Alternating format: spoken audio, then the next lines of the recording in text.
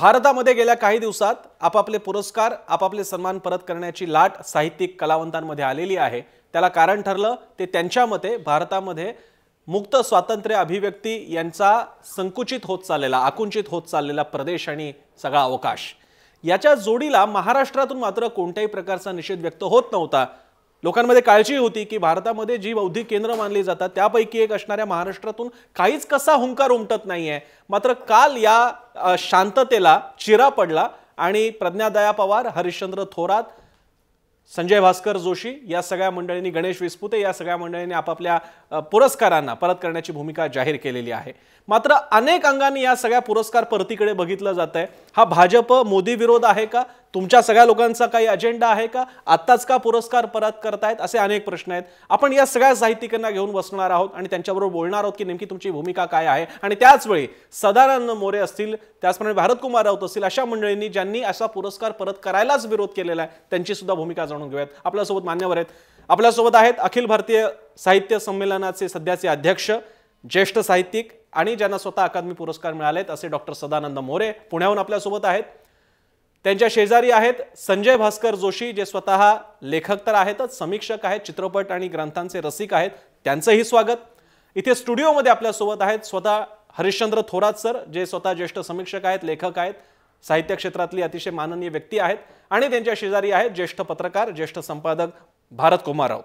आपल्या सगळ्यांचं स्वागत। सगळ्यात आधी आपण पुरस्कार परत करणाऱ्यांचं ऐकून घेऊयात आणि मग पुरस्कार परत करण्याच्या बद्दल आक्षेप असणाऱ्यांचं ऐकून घेऊयात। हरिश्चंद्र थोरातांपासून सुरुवात करूया। थोरात सर,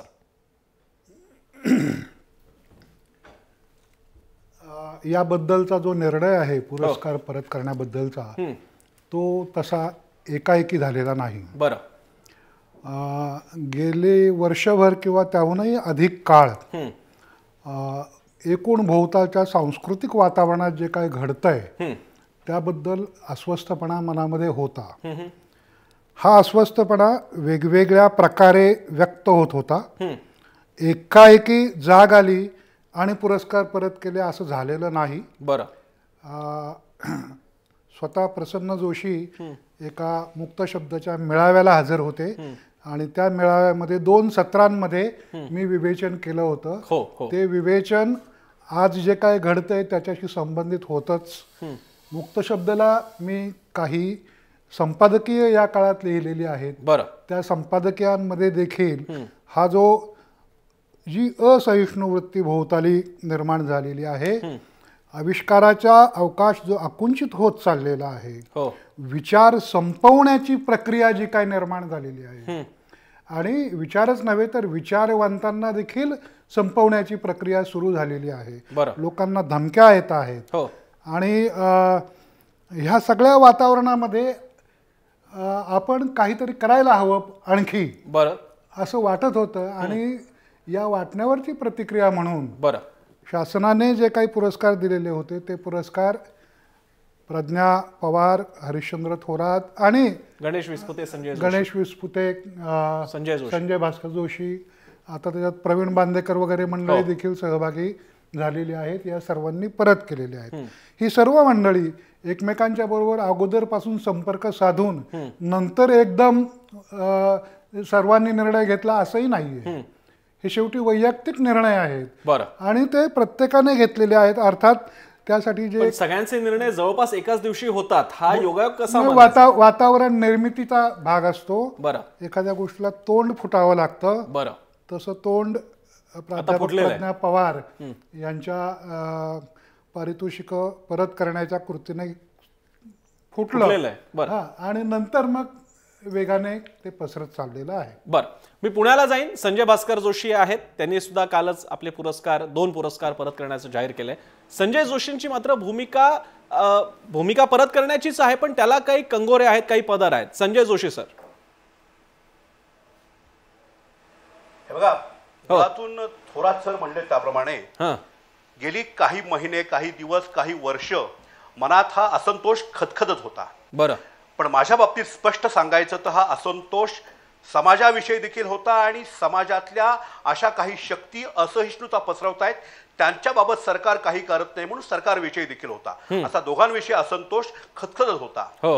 पण माझं स्वतःचं व्यक्तिमत्व आणि भूमिका अशी आहे की समाजामध्ये सकारात्मक गोष्टी पसरवूनच आपण चांगले बदल घडवू शकतो. बरं. प्रत्येक वस्तूचा आणि माणसाचा एक उत्कलन बिंदू असतो. गेल्या काही वर्षामध्ये अशा घटना घडत आहेत, विचारवंतांच्या हत्या असो किंवा तोंडाला शाई फासणं असो किंवा अनेक घटना असो, एका घटनेमुळे घेतलेला हा निर्णय नसून अनेक घटना मनात साठवून उत्कलन बिंदू गाठल्यानंतर घेतलेला हा निर्णय आहे. बरं. परंतु मी या बाबतीत एक आवर्जून गोष्ट सांगू इच्छितो की आमची भूमिका सकारात्मकच आहे अशा पद्धतीने की प्रवीण बांदेकर असो, विजय हा असो, सगळे असो, त्यांनी ही रक्कम जी आहे ती शेतकऱ्यांच्या कुटुंबांना द्यावी अशी विनंती केली आहे. यापुढे पाऊल एक टाकून मी असं आज जाहीर करत आहे की माझी पुरस्काराची रक्कम 20,000 आहे. त्यात 80,000 घालून मी 1,00,000 रुपयांचा धनादेश मुख्यमंत्री निधीमध्ये जमा करणार आहे आणि तो शेतकऱ्यांच्या कुटुंबांना वापरावा अशी विनंती करणार आहे. म्हणजे आमचा निषेध सरकारच्या काही चुकीच्या नीतीबद्दल आहे, पण त्याचबरोबर सकारात्मक कार्यात लेखक सहकार्य करतील हे कर्तव्य देखील आहे, हे मुद्दा म्हणून मला सांगायचं आहे. बरं, एक फार महत्त्वाचा मुद्दा हरिश्चंद्र थोरातांचा आणखी पुढे घेऊन गेलेले जोशी त्यांनी असं सुद्धा म्हटलेलं आहे की हा उत्कलन बिंदू आहे, आतापर्यंत मागे का नाही केलं म्हणून आता का करतायत, या प्रश्नाला त्यांनी हे उत्तर दिले. हा आमचा उत्कलन बिंदू आहे, सगळं उकळत होतं आतल्या आतमध्ये आणि एक शेवटचा क्षण असा आला की कुकरची शिट्टी वाजावी किंवा भांड्यावरचं थाळी असेल ती उडून जावी. मी सदानंद मोरेंकडे जाईन, मोरे सरांकडे. मोरे सर परवा साधनाच्या कार्यक्रमात सुद्धा म्हणाले की मग अमुक अमुक घटना घडल्या असताना हा निषेध का झाला नव्हता. मोरे सर, आपल्याला संजय भास्कर जोशींच्या या उत्तरातून तुम्हाला अभिप्रेत ते मत मिळालंय का? नाही, म्हणजे जोशींच्या उत्तरातल्या प्रामाणिकपणावरती मला संशय घ्यायचं काहीच कारण नाही. बरं, माझा मुद्दा वेगळा आहे. माझा मुद्दा असा आहे आणि मी तो त्या दिवशी मांडला होता, नंतरही मी मांडतोय की काही गोष्टी इतक्या गंभीर होत्या पूर्वी सुद्धा की ताबडतोबीची कृती खरं तर आवश्यक होती. म्हणजे याच प्रकारची कृती करायची असेल तर की दाभोळकरांची हत्या झाली, त्याला आता 2 वर्ष होऊन गेले.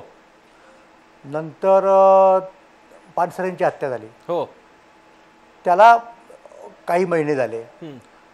तर हीच जर कृती करायची होती, म्हणजे आता एखाद्याने कृती का केली तेव्हा का केली नाही असं खरं विचारण्यात एका अर्थाने काही अर्थही नसतो. बरं, पण तरी मला असं वाटणं साहजिक आहे की ह्या गोष्टी जेव्हा त्याच काळात जर केल्या असत्या तर ते अधिक औचित्यपूर्ण झालं असतं. म्हणजे मुळात हा निषेधाचा प्रकार मला मान्य नाही, हे लक्षात घ्या. बरं, मी जो सवाल केला की पूर्वी का नाही केला तो दुसऱ्या स्टेजचा सवाल आहे, गौण आहे. माझा मुख्य मुद्दा काय माहिती का की निषेध जर करायचा असेल तर त्यासाठी पुरस्कार परत करणं ही काही फारशी योग्य कृती मला वाटत नाही, उचित कृती वाटत नाही. बरं, एवढं माझं म्हणणं होतं. आणि आता ईव्हीटी तुम्ही करायचंच म्हणताय तर तो यापूर्वी का केली नाही हा माझा दुसरा प्रश्न होता. बरं, ठीक आहे. आपण हा मुद्दा घेऊन पुन्हा एकदा थोरातांकडे यायचे आणि भारतकुमार राऊतांकडेही आपल्याला यावंच लागणार आहे.